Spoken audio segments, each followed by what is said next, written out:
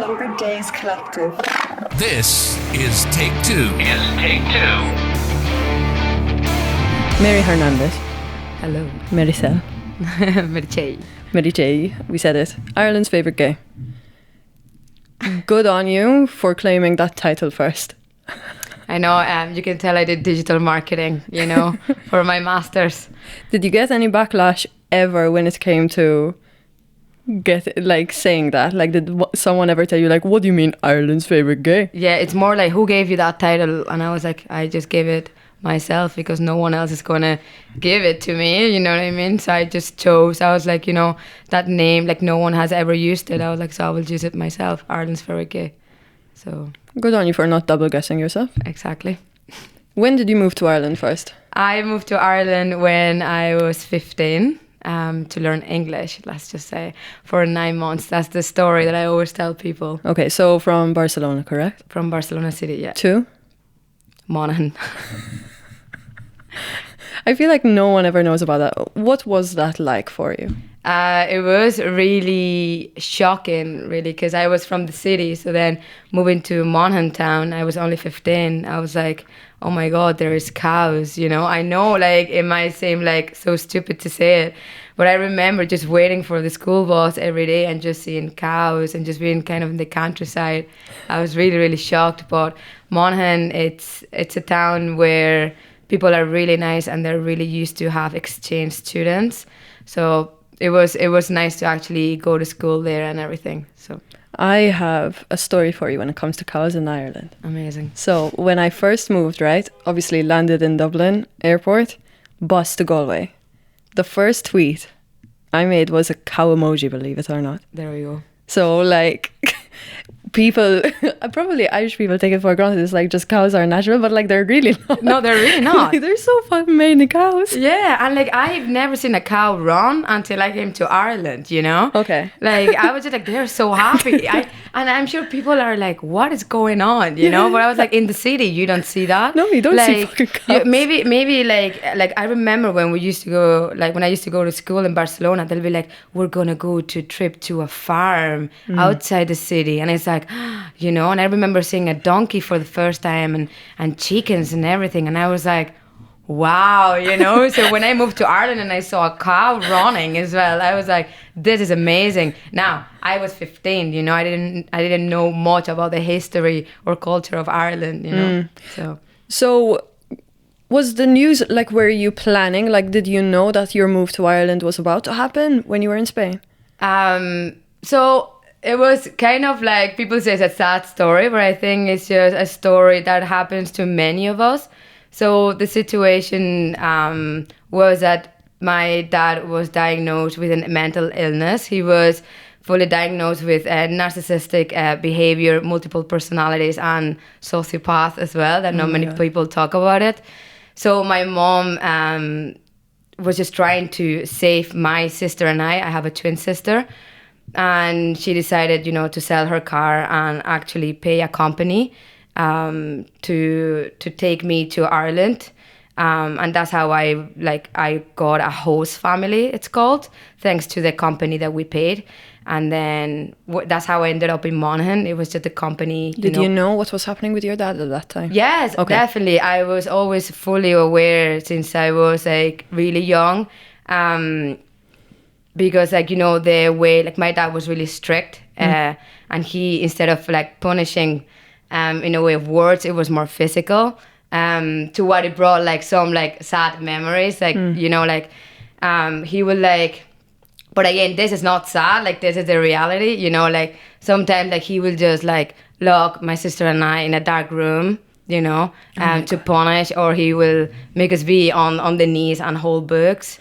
So it was like back then, I just thought it was normal, to be punished that way. But obviously it wasn't. It was just like the mental illness that, thank God he was like diagnosed. And so whenever he was diagnosed, my mom was like, okay, I need to save the girls.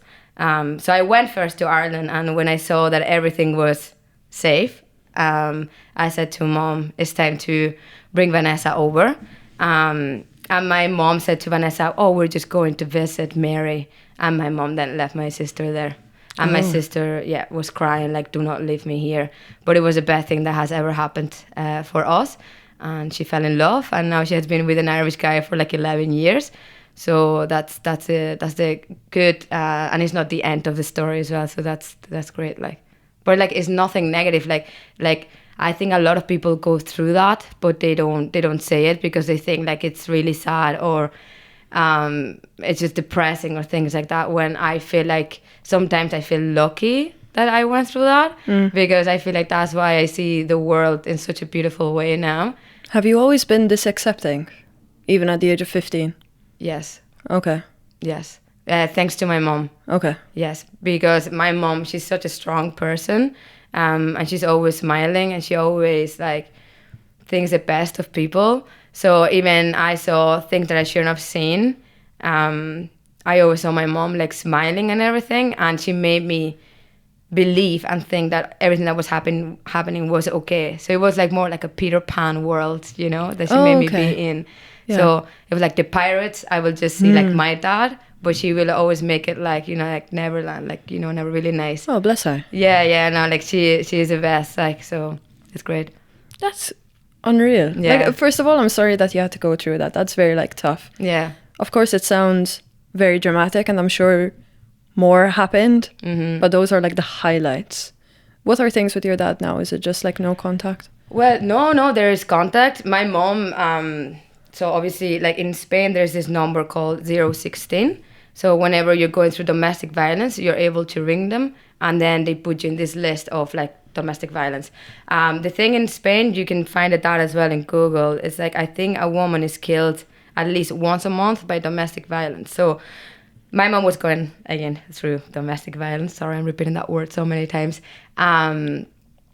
So because she was with him and she tried to run away so many times, but she couldn't, I had to keep a good relationship with him. Because I'll tell you this, right? Every time I came back from Ireland and I saw my dad treating my mom in a certain way, I would then stand up and protect my mom. What happened that then when I left back to Ireland, that's whenever then my mom will be 100% like tortured, like mentally and sometimes also physically. You know, so it is hard, you know.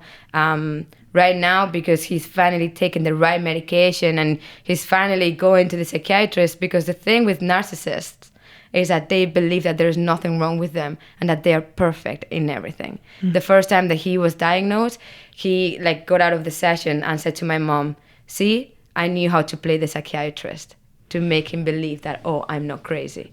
Even one day, one of the first sessions, he sat in front of the psychiatrist and said, how can I help you? You know? Oh my God. So the narcissism behavior is really, really dangerous. And it's also dangerous whenever you're growing up with someone like him, because you can then get the same manners. For sure. My family, like, we are big believers of patterns. So I think that my mom accepts to be treated, or she has been allowing my dad to treat her like that for many, many years, because that's what she saw from her mother, my grandmother. My grandmother is still with my grandfather, but my grandfather used to beat her up, you know. It was a very different time, I think. Our generations. Yeah. I think it's not starting with us, but I do think it is us that are slowly starting to recognize that power that we have, and kind of not even put a stick into generational trauma, but there is that awareness. And I think it just comes with education. It comes with people sharing their stories more, where it's like, okay, I do not have fuck taboos. Yeah. At the time, our grandparents, if they got divorced, it was a shame on their family. Exactly. Yeah. You know? Like, it's so different. Yeah. And we're so lucky. We're so lucky. Because I say this so often in terms of even my parents with their parents, it's a very different thing. You know, like I wouldn't want to be in their generation, because like it's so much harder. Yeah, it is. Yeah, and more like with my granddad, he was a pastor of the church, So he traveled around Argentina, Italy, France. You know, that's why there's so many like genetics in my DNA, just because of all the travelings that they've been doing for many years, and it's just generation after generation. So I'm a big believer again of patterns, but that you can definitely break them, and I think that's what my mom did. Yeah. Whenever it's that recognition. Yes, it's whenever she brought Vanessa and me in Ireland, we started a new chapter, a new pattern now. Yeah. Wow. So. Yeah, and it's interesting with your dad because like sometimes when you hear about the whole like narcissistic thing, they don't know. It's such a catch-22. Yeah. Because and I think that's just like the general concept of having a diagnosed mental illness is that you think they're okay and you think they can do better, but sometimes they just can't. No, they can't. He was born. Yeah, he was born like that. He was born like that. It is a psychiatric like diagnosis, and on top of that, like 10 years ago, he suffered like 3 mini strokes. Like they're called like in Spanish they call like heart instead of heart attacks, they're brain attacks. They're mini, and they can only be seen by doing the brain scan.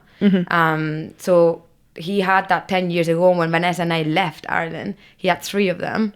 And then finally, when was it? Like a month ago, he got finally again another brain scan. And the doctors were like, he's been having like mini brain attacks for the past 10 years. You know, that's why his speech was slow. That's why he was getting more angry. The brain's an organ. Yeah. It's an organ. You know what I mean? So then it's like, okay, I'm not trying to defend him or excuse him, but that's maybe the reason why he gets mad so easily. For sure. Maybe that's why he doesn't have patience. He was here last weekend, and because he forgot his medication, he made, so we had my friends over, Nina was over, my mom was over, my dad and my sister, we were all going for lunch. But because he forgot the medication to take it in the morning, he kept saying to my mom, I need to take the medication because I don't know what I'm going to do. He was scared that he was going to lose it, you know, get mad and things like poor that. Guy. You know? So it's poor guy. Yeah. But because also his mother used to suffer of depression. Of course. And whenever my dad was a baby, my granny tried to kill herself in a bridge with my dad. Oh, you know, like her holding. So it did like. So what I'm trying to say and I'm trying to bring awareness is like, there are bad people out there. There are really bad people out there. I always thought for many years that my dad was just the most horrible person in the world. But for many years, for many years. And thanks to science, I can at least understand a bit more maybe their reactions. So now when I talk to him more clear. I'm like, do you want me to repeat it again? Sometimes he annoys me because maybe we're in the street and then the other days we went to a Japanese restaurant and he just started be like, oh, hello, you know, and it's like, what are you doing, you know? Like, that's not normal, but it's just out of nowhere he starts acting like a child more than anything, you know. But it's not obvious, you know, but only people that are close to him knows, okay, you definitely have something going on, you know. So he might be a bad person for what he did in the past. His actions were bad. Yes, his actions were obviously bad. Exactly. And he didn't want to accept the help because in his brain he's perfect, he's better than God. You know what I mean? Like, but that is the way, you know? Yeah. But like at the end of the day, now I have a better relationship with him because now he's 67 years of age. You know, he's old and I'm not a bad person and I will never at the end leave anyone of my family behind. Even though of the past, of the things, you know, that has happened. Obviously, being with, having a family like that, so dysfunctional, really, I had to go to many years of counseling, but I wasn't embarrassed about it. You know, I was like, I'll just go to counseling and, you know, I'll just get help and things like that. Thanks to my friends in college, obviously. What was the coping technique or the piece of advice that helped you the most? Oh, that, what was it? I always say it. From when I was younger? I'm saying what helped you let go? Of the matter with my dad. Or just in general anger? Oh, the anger is just, I had hope. How did you let go of that hope? Like, it's just hoping that the world is actually better. You know, I was like, this cannot be life. There's something more to it. There's a better life out there, you know. That's why I love Peter Pan. You know, it was like a lonely child that didn't belong anywhere. You know, because that's one thing. I just felt like I never belonged anywhere, but I always had hope that something good will happen, even if I wake up at the next day. You know, so sometimes I'll be like, today I'm gonna wake up and I'm gonna make the best cup of tea ever. You know, and that will just push me out of bed. You know, like, okay, at least that's something. You know, but I just, even though I had so much like sadness around and so much anger around me, I just knew, I was like, this cannot be life. Like, life is better than this. I just need to find it. Did you find it? I'm finding it. You're finding it? I'm finding it, yeah. Slowly. Yeah. I'm glad that you are. Yeah. So it's great. Like, you know, it's great. You're doing it. Yeah. Okay. So that's just like a story that no one knows for now. So I'm glad that there's a little bit of context to it. So you're Spaniard or Spanish in Monaghan. Yes. Were you speaking English at that time, basic or nothing? No, nothing. How did you navigate that? I listened to radios a lot. Okay. Yeah, because radios was the only place where people were actually talking like normal, you know, like conversation. Back then, I don't think we had Netflix, you know, it was 2011. Probably there was Netflix, but no. But also I lived with a really nice Irish family that they had children as well, you know, so it was nice. Were they like your age or younger? No, there was one, I think she was like 2 years older than me, and then there was another girl, I think she was maybe 4 years younger than me. Okay, you were in between, kind of, yeah. It was in between, but it was just nice to be able to practice English with them. For sure. But yes, no, it was nice, like. Okay, so 15, were you fluent by 16, do you think? Not really, but like I just smiled all the time. Smiles doesn't have a language, really. Like, just you know like what smiling I out. mean? Yes. Just smiling. Yes. The first word I learned in English was tired. I am tired. How are you? Tired. What did you do today? Tired. You know, it was the best word ever. You know, like best word ever.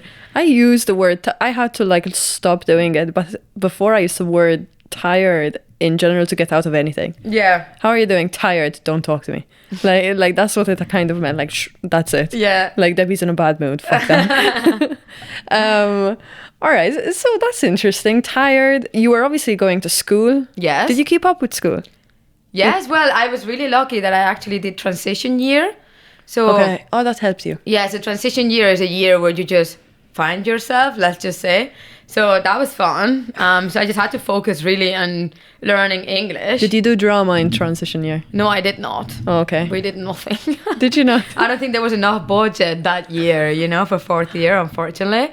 So for any international audience, TY or transition year is basically this gap where students can just do anything and figure themselves out, whether usually it's kind of like organize a school play, go on some walk, do some voluntary work, maybe get a job or something as well. Well, we did work experience for like 2 weeks, you know. Where was your work experience? In a gym. Oh, yeah. Health and fitness. You say that? That's our trademark. No. Let's keep it, let's beep it out. Yeah, fitness. Were you doing any sports or no? When I moved to Ireland, no, and that was really shocking because in Spain, I played soccer, basketball, tennis, and everything you think of, like after school, and skateboarding. Well, longboarding more than skateboarding, like. That's, you know, like very stereotypical. Barcelona type. Barcelona type. Yeah. Were you like mad into football or not really? Yeah. Yes. Go on. Yeah. I love soccer, and that's one thing. I think I love soccer because that's the one thing I had in common with my dad, because my dad used to be the director of Catalonia for the radios for New Camp. Oh, okay. You know, so literally what you're doing, my dad will be like, go, go, go, go, you know? Oh, shit. Yeah, in the 90s. So that was like the only thing that I kind of connected with him, with the soccer part of it, you know? Okay. Was he like, not even tough on you, but like, I used to have this thing with sports, right? And it was like, oh, it was so bad. After a match, if you played like shit, you'd regret the drive home. Yeah. Oh my God, it was the most awkward thing. Yeah. I used to play football as well. Nice. We should play someday. I have a ball in the car. I'd rather not. I was a goalie, believe it or not. Oh, wow. Yeah, and then I just stopped growing and I couldn't reach the top corners. I was petrified of everyone though. I think like I was so scared. I was so timid, and I was a goalkeeper. So like I was good with my team, but then with the national team, I was like, I'm scared of all of you. Like, you're going to like strong. So I'm like, no. And I let it go. I miss it. But soccer is such a good sport, really. Like, I really enjoy it. Like, I think, and it's going to sound really bad, right? But no, it's not going to sound bad.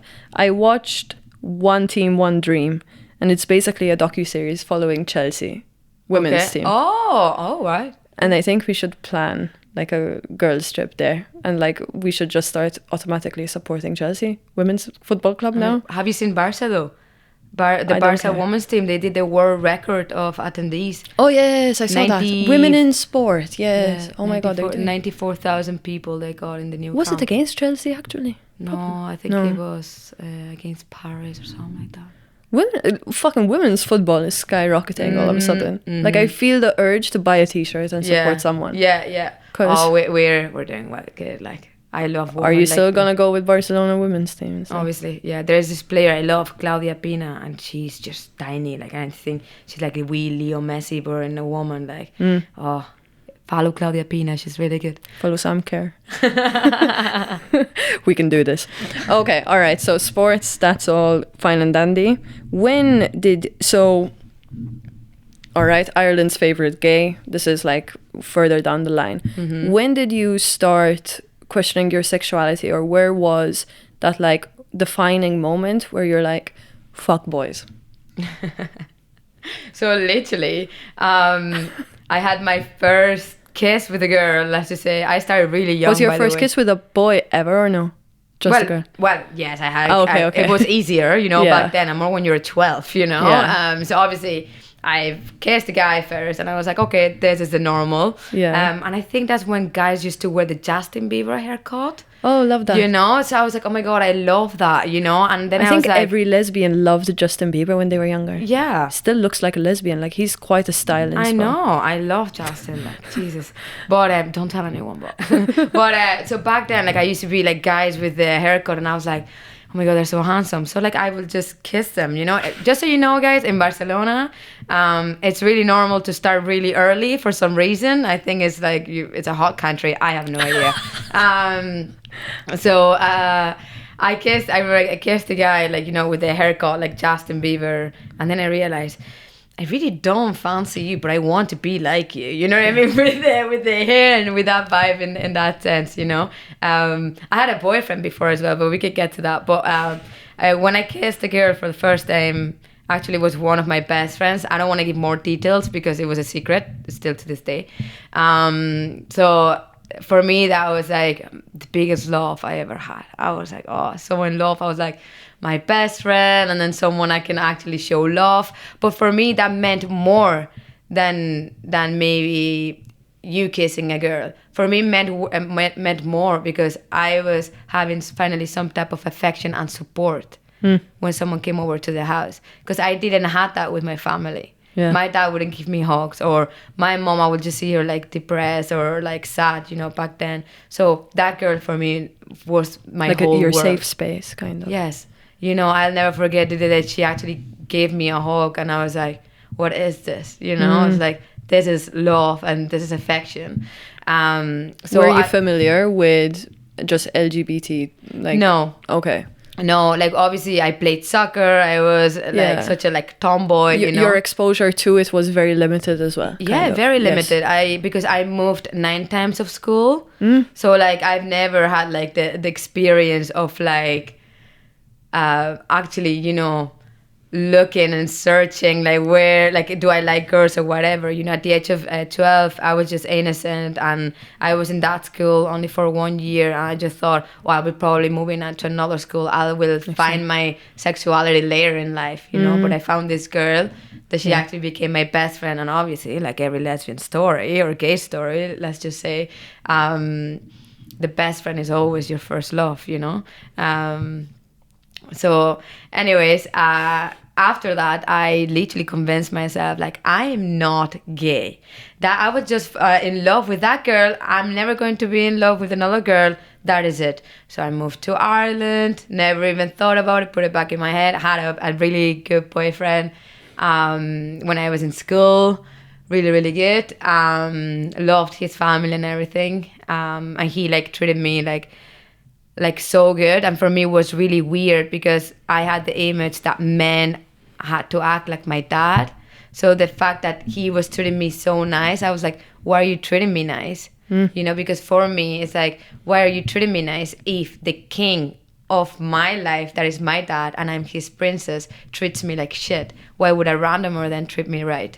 You know, so it was it's not that I was only discovering my sexuality. I was finally discovering the healthy affection and like, oh, the world is actually good out there. Because I always thought that people were going through really tough situations in a house, you know, in closed doors. Like it was your first time kind of feeling like, oh, this is not what I'm used to, is not how it's supposed to be. Yeah, and I'll be scared. Yeah. You know? And I'll be like, I don't know if to trust you. I don't know if you're gonna like, you know. What are you doing here? Yeah, like sometimes I think when I started like dating Nina, so one day, one of our first few dates, she did like this to me, you know, like to high five, and actually did like this. You know, like I was like, oh fuck, I thought she was gonna like, I don't know, hit me for some reason, you know. So it wasn't just my teenage year of finding my sexuality. I was finding more things about life, like affection and someone treating you right. So but anyways, after that, I was able to ignore that for many years, and then I've realized when I went to college, I was like, this is a safe space. Colleges in Ireland are the places to actually kind of experience more about the sexuality. Because for anyone listening that is studying in Ireland, most of the universities and institutes have LGBTQ societies. So you can actually go, and it's completely like private. Like no one's actually going to out you just for being signed up in the society. And I think that's why I felt so comfortable in discovering more about my sexuality in college. Okay, so were you in the closet while in college? Yes, Sort until... See, I was always in the closet, if you get me. Like, I would just come out, like, sometimes where I felt that I was safe. So in first year, I actually came out to my housemates because I knew I had to live with them. And I was just tired of always hiding what my reality was. So I remember telling them, oh, like, gay. I'm bisexual. But back then I used to be bisexual. Not used to be. I used to use a label bisexual. I was like, oh, like, you know, I'm bisexual. And they were shocked. Oh, Meri, like, no way. And I was like, yeah, you know. And I was like, okay, this is nice, you know. And that's whenever finally on nights out, I will be like, look, if they see me talking to a girl, to not be like, oh, Meri, nice, you know, because I wasn't really like fully out. But in first year and all of that, like I would just be on Tinder, but I wasn't out. And then I got into a relationship that I'd rather not give much detail about. I was in a relationship where we felt that it wasn't safe maybe to come out to everyone. Our close friends knew, but that's all I can say, and it's just a learning process, really. Okay. But after that, I was like, okay, I've discovered affection. I've discovered that the world is actually good. And I was like, it's time to make a change, because I finally think I have the power and the knowledge to actually be like, let's make a change. And I think I can help people, you know. And you definitely are. Yeah. It's great, to be honest. Like, and even if I only help one person, like for me, that's enough. It makes a difference. But people are like, why did you not start before? It was like, I just didn't have the knowledge, and I didn't have the power. Sometimes when I see really young people explaining their, like, you know, TED Talks, you know, there's so many people explaining, and I went through this and this and this and this, you know, and like, oh my God, like that is so sad. That's their story. I don't want my story to be that. I want my story to be, you know, what I've been telling you and how you actually progress in life. And that just because that happened to you in the past, that doesn't mean that that's who you are, you know? Like, that happened in the past, but that doesn't mean just because I have a dad that has all the mental illnesses, that doesn't mean that then I have to become like him. There's one thing I was always scared of, and it's to be like him. You know, when I get mad, because whenever he used to get mad, he would just punch the wall or bang the door or throw everything he saw, like furniture, to the floor, you know. So I was always scared to do that because that's how I saw that I have to deal with anger. So when I see like young people explaining all their struggles and, you know, in a TED Talk, at the end of the day, I'm like, okay, but what was the goal? What did you learn from that? You know? And all I learned from this like childhood and this discoverment is that it doesn't matter what you went through. You know what I mean? You are the one that decides if you want to be like them or if you want to be different. And I'm choosing to just be who I am, be different, I suppose, and just help people and just be like, look, been there, done that, you can do it, you know? And what are you going to do next as well? Like I had Kieran Fox on, and I actually had a clip like that where it's kind of like, fair enough, you experienced your past, but it's about picking up that pen and becoming the author of your future. Exactly.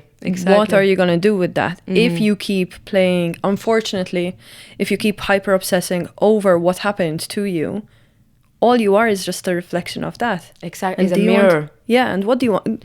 What does that do? Like if you did not have good exposure, I did not have good exposure to anger as well.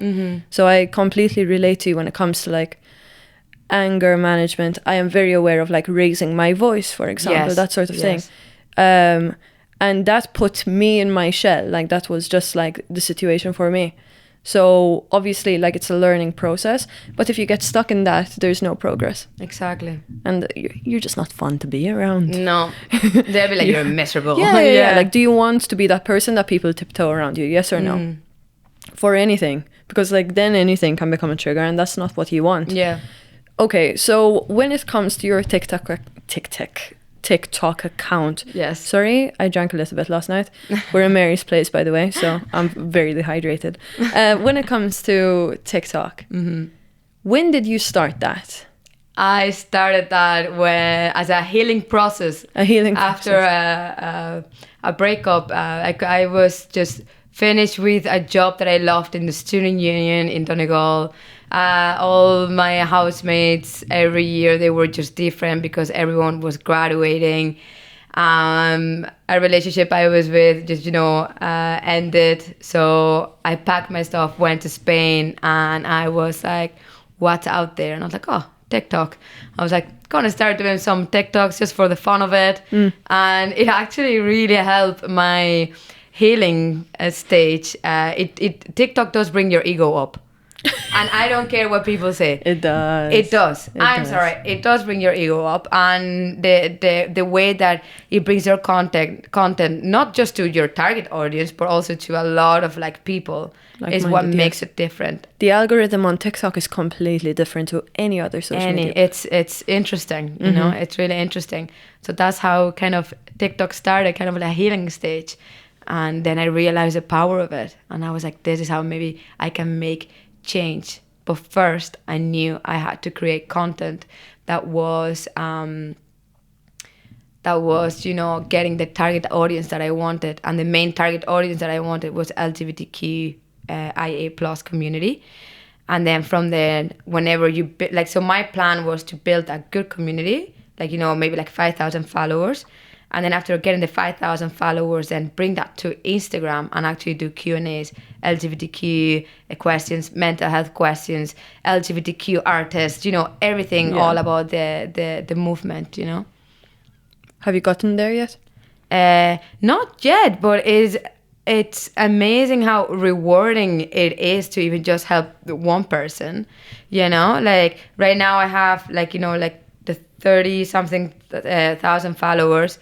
But TikTok, I said just to post kind of like stupid stuff and fun stuff, and Instagram, that's where people can actually connect to the person that I am. I don't mind being transparent on Instagram, but TikTok is more about... You have to be careful. Yeah. You have to be careful over there, unfortunately. Because it's kind of like the moment that you upload a TikTok, the algorithm goes, are you going to be on the angry people side? And then it catches on fire. Yeah.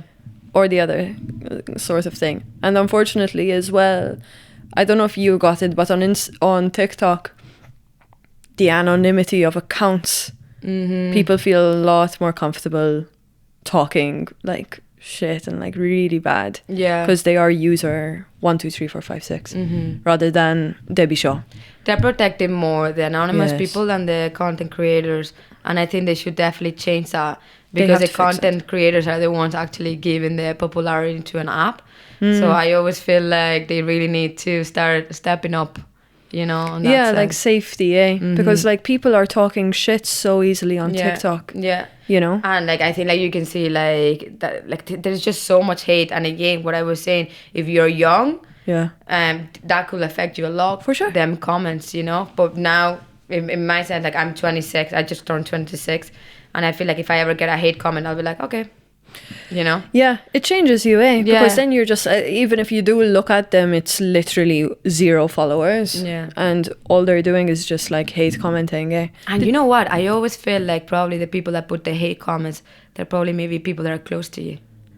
I even think that in that sense, you know what I mean? I feel like maybe it's someone, maybe it's your neighbor that is jealous or things like that, Never thought I of that. believe that sometimes you need to be very careful. Have you ever been in the position of like, you're really excited for a project, let's just say, and then you tell to that maybe one friend, and then after you always. say it to the friend, then the project actually doesn't happen. Something happens to the person that then that project cannot happen. And it's because you maybe said it maybe to someone that you think is your friend, but it's probably wishing you to not do as well. I have a question for you. Do you keep your ideas to yourself? I try to, but when I feel confident, I do share them. Just like yesterday, I shared my ideas with you, because I feel like that you're a good person and you're not going to be like, I'm going to take that idea from you and do this, Yeah. Same here, actually. Yeah. Before I used to be really protective over them, and I never used to do anything. Yeah. Because then it just stays in my head and then it just lets go, which I think a lot of creative people suffer with. Yeah. And it's like a balance of figuring out, is this project going to work? Do I tell people? Who are the right people to tell? Exactly. And it's so interesting. And are they going to encourage me? Exactly. You need a little balance of encouraging and realism. You have to kick pessimism out of the fucking way. Yeah. And I think the one thing about pessimists is they say, I'm just being realistic. Yeah. Oh my God, fuck that. Have you ever considered moving back to Spain? Yes, I have. But things in Spain are really tough. But I think I will miss so much the Irish culture. I've been living here for 11 years since I was 15. So I just love the Irish culture. Everyone, they have that sense of family, and the sense of like friendship or like you can meet a randomer and they can be like, oh, I'll help you, And I think that's one thing that I will definitely miss in Spain. So obviously the weather isn't the best, but let's just say what I love about Irish people is that whenever it's sunny, we even take the day off, and we enjoy the moments. And well, in Spain, at least you take it for granted. But I would like to move to Spain, but I know Ireland is actually my home. And I always say that at this stage, I'm half Irish, even though I don't have much of the accent, as you can tell. But Ireland is my home, and Ireland is a place that has completely saved me and my sister, definitely. So yeah, and obviously your sister likes it here too. Yeah, my sister, she's with an Irish guy from Monaghan. They've been together for like nearly 11 years, and I'm really happy that she's safe. Was this the host family boy?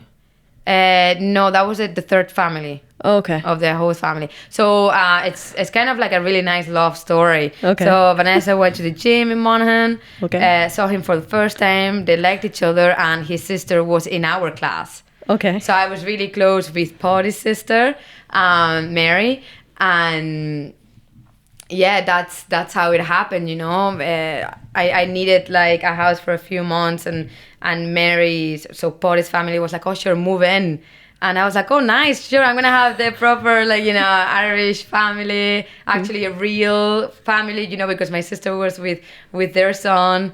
And then when that happened, then my sister was like, I want to move in too. So the Irish family, Monaghan, actually took my sister and I, and even my cousin afterwards. Oh, my God. Yeah, my cousin from Germany moved to Ireland when she was only 14 then as well, because of situations. Crazy. Kind of similar of what my sister and I. What a welcoming family. Not many people would do that. No. That's Monaghan for you, though. Is it? Yeah.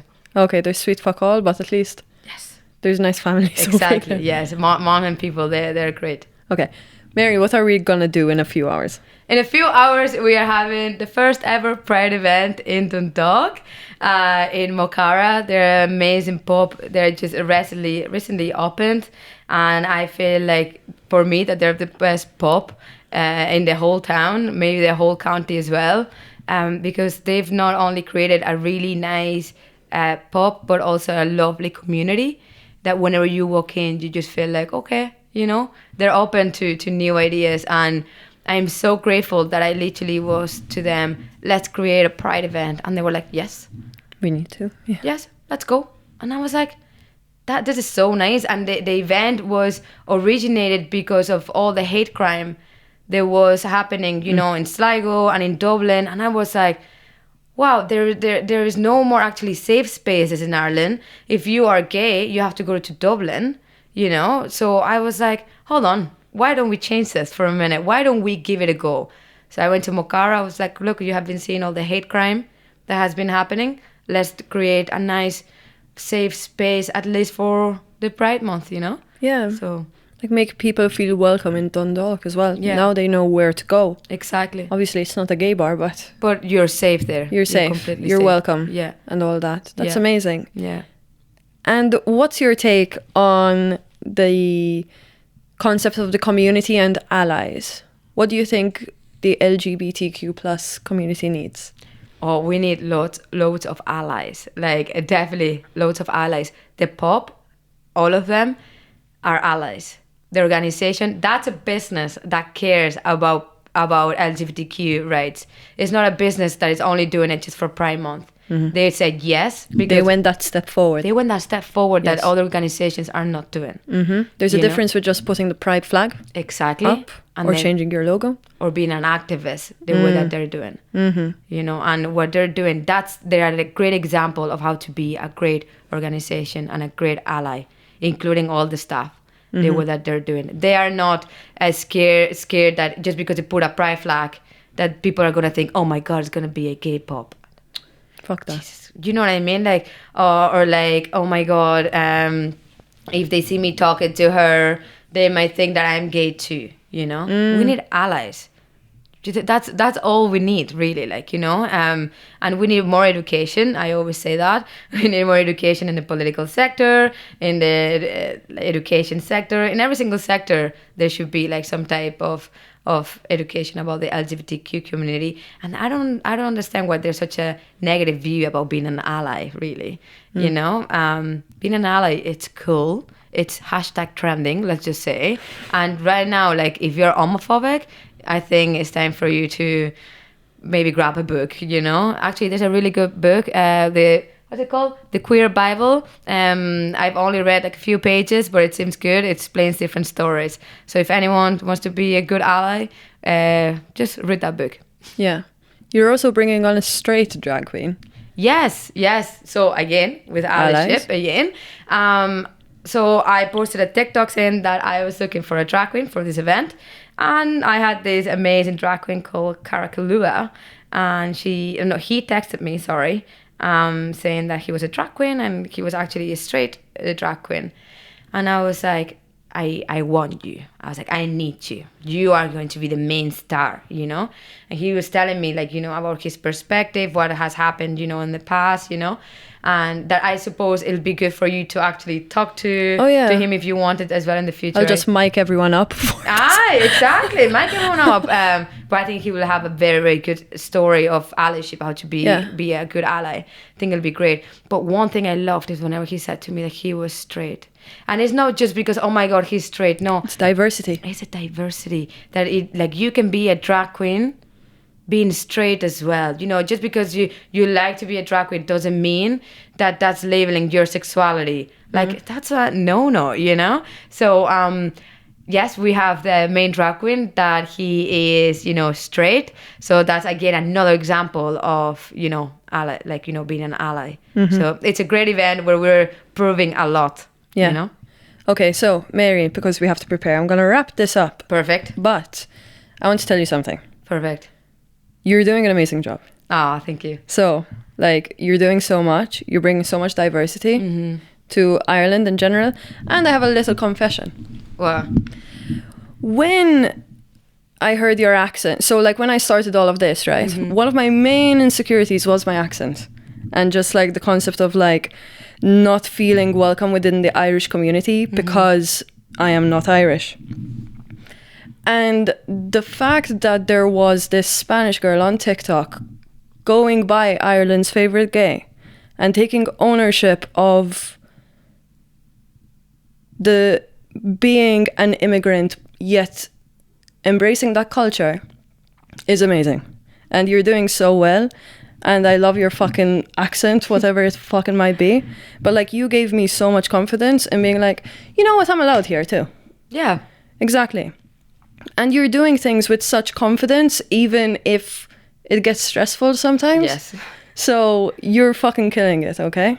And I can't wait to see you go up to 50k and 100k. Nice. And all your fucking business moves. You're in fucking Dundalk, you have a house. Like, you're killing it, you're smashing it, okay? And you too. Like, I remember saying to Nina, I was like, I need to do a podcast with this girl. I was like, and I think, like, I mentioned it yesterday. I was like, Debbie's gonna reach far. Like, I want you to have your radio show, TV show. I want you to be the next Ellen DeGeneres, you know? Like, my dad calls me the gay Ellen, the gay Maltese Ellen. Like, I actually picture it. You're going, like, I've said that to Nina, like, so many times. You're going the right way. Yeah. You're going to get there. We'll see. No, you are. Like, what? Yeah. Like, you are. Slowly. I'm here to ask questions, and I'm here to like bring amazing people on. Yeah. And if anyone's listening, follow her and support her. You know what I'm saying? We got this. All right. Yes, and if anyone ever needs to talk, I'm here too. Yes. Fill in her LGBTQIA questions on stickers on Instagram. Thank you so much. Thank you, Debbie. And thank you everyone for listening. I appreciate it. Hungry Days Collective.